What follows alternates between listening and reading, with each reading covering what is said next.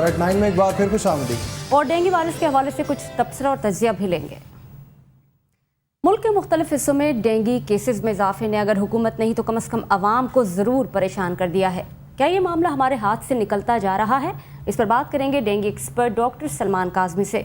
Doctor साहब, आपको खुशामदीद कहेंगे। कहिएगा कि हुकूमत कभी स्विमिंग पूल्स पर पाबंदी आयद करती है तो कभी मछलियाँ दरामद, फिर भी डेंगू केसेस में इजाफा देखने में ही आ रहा है। क्या वजह है इसकी? जी, इसकी वजह ये है कि एक्चुअली जो डेंगू मच्छर जिन्होंने पिछले साल अंडे दिए थे और उनके अंडे अब हैच करना शुरू हो गए। इनके अंडे इतने रेजिस्टेंट होते हैं कि अगर ऊपर बर्फ़ भी पड़ जाए तो और बाद में पानी आए, गर्मी का मौसम आएगा तो वो हैच कर जाएंगे, उनसे लावा बनेंगे, उसके बाद मच्छर बनेगा। वो मच्छर 4 से 7 दिन उसका लाइफ स्पैन होता है। जब वो उड़ना शुरू होता है तो तकरीबन 7 दिन के अंदर अंदर वो दोबारा अंडे देने शुरू कर देते हैं। और बेसिकली गवर्नमेंट को चाहिए था कि पिछले 6 महीने के अंदर जो पीरियड था उसके अंदर उन तमाम साइट्स को क्लियर किया जाता, जहाँ जहाँ मच्छरों के अंडों का मुतवक्के था। उसके अंदर आपके घरों के अंदर एरियाज़ आते हैं, आपके पानी की टैंकियों के नीचे के एरियाज़ हैं, टायर्स हैं और ऐसी बेतहाशा चीज़ें हैं जिनकी बाकायदा चेक लिस्ट बनी हुई हैं। और होना ये चाहिए था कि गवर्नमेंट एक ऐसा मैकेनिज़्म पिछले 6 महीने में बनाती है कि तमाम घरों के पास वो चेक लिस्ट होती हैं और उन घरों पर लाजिम होता है कि हर 15 दिन बाद अपनी तमाम टूटियाँ चेक करें, अपनी टैंकियाँ चेक करें, अपनी तमाम जो बाथरूम्स हैं उनको चेक करें। और ऐसी चीज़ें एक बाकायदा चेक लिस्ट में उनको पता हो कि हमारी टूटियाँ ठीक हैं, उसके आगे टिक लगाएं, हमारी टैंकियाँ ठीक हैं, लीक नहीं करती, टायर हमारे घर में कोई ऐसे नहीं पड़े हुए। मतलब जो जितनी चीज़ें थी उनको चेक करके और हर घर पे बाइंडिंग होता कि वो 15 दिन बाद एक सर्टिफिकेट जमा करवाएंगे हुकूमत को या अपने लोकल काउंसलर को, ताकि एक चेक एंड बैलेंस का निज़ाम आता और जो घर वाले उसको नहीं अमल दरामद करते उनको जुर्माना किया जाता ताकि उनकी वजह से बाकी लोगों की जिंदगियां में खतरे में ना पड़े। ये तो तदबीर है, लेकिन ये भी कहिएगा क्या कोई ऐसे सिम्टम्स होते हैं जो नजर आ लोग ज्यादा बीमार होने से बचने की तदाबीर इख्तियार कर सकें? हाँ जी, एक्चुअली मसला ये है कि अब ये एक दफ़ा अगर मच्छर आपको काट गया ना तो हो सकता है 30 से 40 बल्कि इवन 70% लोग ऐसे होते हैं जिनको हल्का सा फ्लू होता है या हल्का सा बुखार होता है और पहली दफ़ा उनमें कोई सिम्टम सामने नहीं आता। जब अगली दफ़ा उनको वो मच्छर काटता है तो उस वक्त उनके अंदर कॉम्प्लिकेशंस का ज़्यादा चांसेस होते हैं कि वो ब्लीडिंग के साथ आ सकते हैं, उनको नाक से खून आ सकता है, उनके फेफड़ों में पानी आ सकता है और कुछ कॉम्प्लिकेशंस हो सकती हैं जिसके अंदर डेंगू फीवर की ऑब्वियसली स्टेजेस हैं, डेंगू हेमराजिक फीवर है, डेंगू शॉक में भी जा सकते हैं। डॉक्टर साहब, इस वबा को काबू करने में आवाम किस किस्म का अपना किरदार प्ले कर सकते हैं?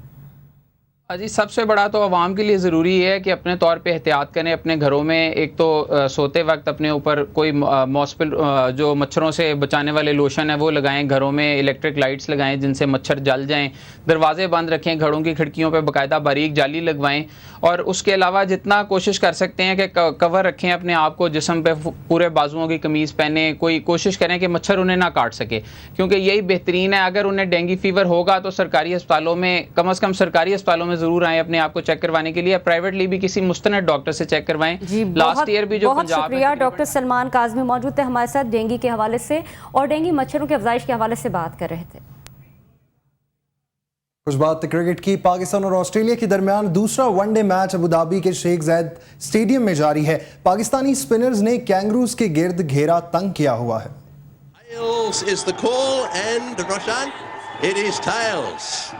अबू धाबी में जारी एक रोजा मैच में ऑस्ट्रेलवी कप्तान माइकल क्लार्क ने टॉस जीतकर पहले बैटिंग का फैसला किया। ऑस्ट्रेलवी टीम को पहला नुकसान महज 8 रन पर उठाना पड़ा जब ओपनर मैथ्यू वेड को फास्ट बॉलर जुनैद खान ने 7 के इनफरादी स्कोर पर बोल्ड कर दिया। मैच के लिए पाकिस्तान ने टीम में 2 तब्दीलियां करते हुए शाहिद अफरीदी की जगह left arm spinner Abdul Rahman और एजाज चीमा की जगह जुनैद खान को मौका दिया है। शाहिद अफरीदी इंजरी के बायस मैच में शरीक नहीं है। 3 एक रोजा मैचेस की सीरीज में ऑस्ट्रेलिया को 1-0 की बरतरी हासिल है। सीरीज के तीसरे मैच को फैसला कुन बनाने के लिए जरूरी है कि पाकिस्तान मैच में कामयाबी हासिल करे। मैच से कबल ऑस्ट्रेलवी कप्तान माइकल क्लार्क ने कहा कि अबू धाबी की विकेट शारजा के मुकाबले में फास्ट बॉलर्स के लिए ज्यादा साजगार है, लिहाजा मैच में फास्ट बॉलर्स का किरदार अहम होगा। मुत्तहदा अरब अमारात में सख्त गर्मी के पेश नजर सीरीज के मैचेस शाम के औकात में खेले जा रहे हैं। यूं ये वनडे क्रिकेट की तारीख का पहला मौका है जब एक रोजा मैचेस 2 रोज जारी रहेंगे। पाकिस्तान ऑस्ट्रेलिया मैच पर बात करेंगे मारूफ मुबस्सिर मिर्ज़ा इकबाल बेग से। मिर्ज़ा इकबाल बेग, आपको खुशामदीद कहेंगे हम अपने बुलेटिन में। कहिएगा क्या ख्याल है कि मैच पर गिरफ्त मजबूत रखने के लिए ऑस्ट्रेलवी टीम को कितने स्कोर तक महदूद रखना पाकिस्तान के लिए फ़ायदेमंद होगा?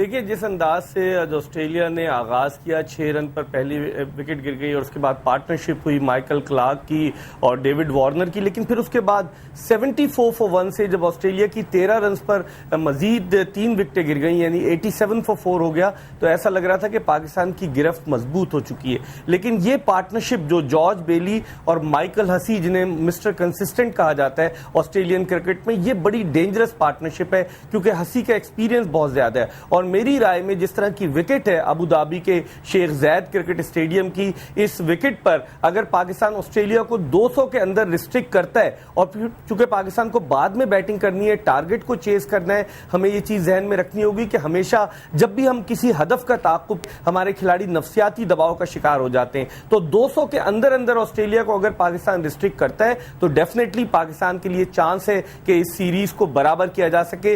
वरना ऑस्ट्रेलिया के लिए एक डिसएडवांटेज तो है कि विकेट जो आउटफील्ड है, जब ओस गिरेगी तो वो थोड़ी गीली हो जाएगी, उनके बॉलर्स के लिए गेंद को ग्रिप करना मुश्किल होगा। लेकिन मेरी राय में 200 के अंदर अंदर पाकिस्तान को ऑस्ट्रेलिया को रिस्ट्रिक्ट करना होगा। अच्छा, तो अब ये ऑस्ट्रेलवी टीम के खिलाफ पाकिस्तानी स्पिनर्स, अगर बात करें सईद अजमल और मोहम्मद हफीज की कारकर्दगी को, तो कैसे देखा जाता है?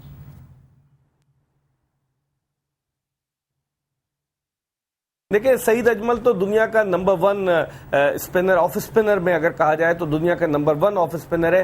सईद अजमल के साथ ज्यादती हुई कि उन्हें आईसीसी भी प्लेयर ऑफ द ईयर की जो फहरिस्त है उसमें फाइनल फहरिस्त में शामिल नहीं किया गया। तो मौका है आज सईद अजमल ने जिस तरह से 2 विकेटें हासिल की ऑस्ट्रेलवी खिलाड़ियों को, जिस तरह से उसने अपनी ऑफ स्पिन बॉलिंग के सहर में मुब्तला किया, उसकी कारकर्दगी सबसे इंपॉर्टेंट है। और फिर उसे सपोर्ट फराम कर रहे हैं मोहम्मद हफीज, अब्दुल रहमान को आज शाहिद आफरीदी की जगह खिलाया पाकिस्तान ने, उन्होंने निस्बतन बेहतर बॉलिंग की, लेकिन बहुत कुछ डिपेंड करता है सईद अजमल पर जिनके चंद ही ओवर्स बाकी रह गए। लेकिन ये आखिरी ओवर मेरी राय में अगर माइकल हसी विकेट पर खड़ा रहा तो डेफिनेटली पाकिस्तान के लिए नुकसानदेह होगा। लेकिन पाकिस्तान ने स्पिनिंग विकेट्स वहां पर बनी है, वो जो मोहन है ग्राउंडमैन अबू धाबी के, उनका ताल्लुक चंडीगढ़ मोहाली से है, तो स्पिन विकेट्स बनी है। पाकिस्तानी स्पिनर्स को चाहिए कि इन विकेटों पर अपनी स्पिन बॉलिंग का जादू जगाएं, वरना सीरीज उनके हाथ से निकल जाएगी। अच्छा, बेग साहब ये भी कहिएगा कि पहले मैच में पाकिस्तानी बैटिंग लाइन मुतासिर कुन खेल पेश करने में नाकाम रही थी। अब आप पाकिस्तान की बैटिंग लाइन में किस चीज़ को कमी भी देख रहे हैं और किस चीज़ को चाहते हैं कि वो बेहतरी की तरफ आ गया है? देखिए, पाकिस्तानी ओपनर्स को, खासतौर पर मोहम्मद हफीज जो पाकिस्तानी क्रिकेट टीम के वाइस कैप्टन है, पिछले वनडे में शारजा के वो नाकाम रहे, और एक और ओपनर इमरान फरद जिन्होंने आखिरी वनडे में निस्फ सेंचुरी स्कोर की, वो टीम से बाहर बैठे हुए हैं। तो पाकिस्तानी एक तो ओपनर्स को एक अच्छा स्टार्ट फराम करना चाहिए क्योंकि हमारी बैटिंग अंडर प्रेशर आ जाती है। यूनुस खान इस टीम में नहीं है, अजहर अली को चांस दिया गया है। अब अजहर अली पर बहुत कुछ डिपेंड करता है, पहले वनडे में वो जल्दी आउट हो गए। और पाकिस्तान का जो मिडिल ऑर्डर बैटिंग लाइनअप है, बाद लोगों की ये बिल्कुल सजेशन से मैं इत्तफाक करूंगा कि पाकिस्तान को चाहिए कामरान अकमल से इनिंग्स ओपन कराए, क्योंकि कामरान अकमल को हमने डाउन द ऑर्डर खिलाया पिछले वनडे में 7 कप्तानी से बात की जाए, मिसबाह उल हक की कप्तानी के हवाले से क्या कहेंगे? कुछ लोग उनकी कप्तानी को जरूरत से ज्यादा मोहताज भी करार देते हैं।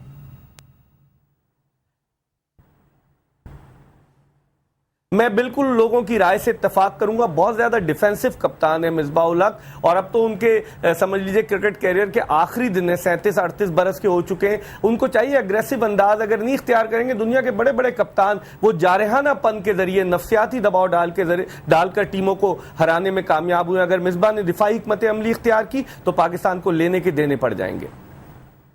बहुत आपका पाक ऑस्ट्रेलिया मैच में बात कर रहे थे मारूफ मुबस्सिर मिर्जा इकबाल बेग से।